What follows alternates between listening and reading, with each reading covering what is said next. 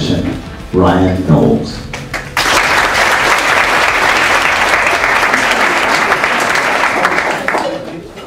It made us question the general social good of the strikes and the effects they have upon the general mentality of the French public. In this sense, the French strike so excessively, they have begun to have adverse effects upon the ability of the French state and French society to act in a rational way. Striking is about determination. The people against the system, that seems immovable. Power for the people, by the people, and of the people. It's the only way to wake up, shake up, and get a government. The excesses of strikes in France have political ramifications that can be clearly traced and should not be ignored. They have transcended from a useful and reasonable political tool into the sphere of ritual. This is especially true in the transport sector, where a fall that goes by without a strike is rare, and a year without one even more so. The French identity is like the reaction of the frog. There are people who are working hard for their family. There are people who are trying to survive in our society. Well, life is hard from birth. Wake up, guys, we're not in USA where it doesn't matter who you are and where you come from. Have you ever heard of someone immigrating to France in search to the French dream? Here in France, our mentality is the mentality of the elite. The French unionists that claim to be fighting injustice are themselves unjust.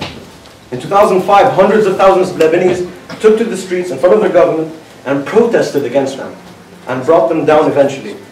Well, for a slightly less corrupt government, but still, the point is, what we are saying is that you have the right to strike, but make it count, and stop with the crying wolf strategy. You may argue. Land of freedom. Welcome to a country where everybody, I say everybody, can express their opinion. Welcome to what is called a democracy. Over the past 40+ years, French strikes have been extremely successful in achieving at least one thing, proving that they are diminishing the effectiveness of the protests due to crying wolf too many times. So I'm talking about the opposition.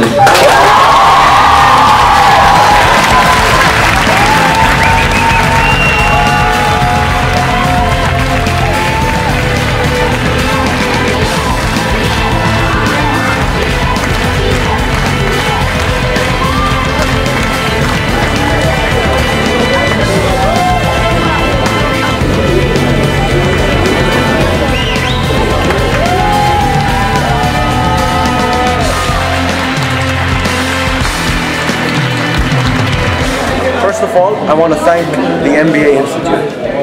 It's a beautiful room. The people were amazing. I mean, you felt there a lot of emotions. It was fun. Our opponents, they won today. They put up good arguments. We lost. We're good sports. They put up really good arguments, and we were defeated. And this shows what this institute has. It has a good, solid student body. And you should be proud of this institution. And we hope to have you in AUP for our second debate. We'll treat you as the hospitality you showed us here, we will show you. So, first thing I have to say is that I've really been impressed by the level of this debate. Obviously, they worked hard to prepare this debate, and they really did, according to me, a great job.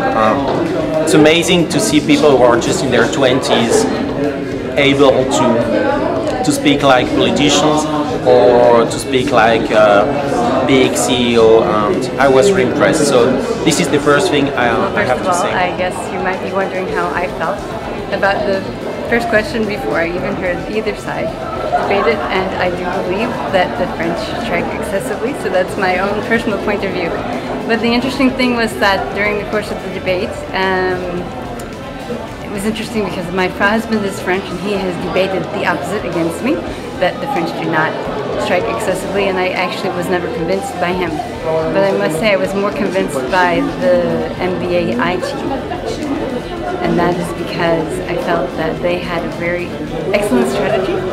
They used emotional appeal and humor, and I think that they also had a lot of personal and national pride invested in their position.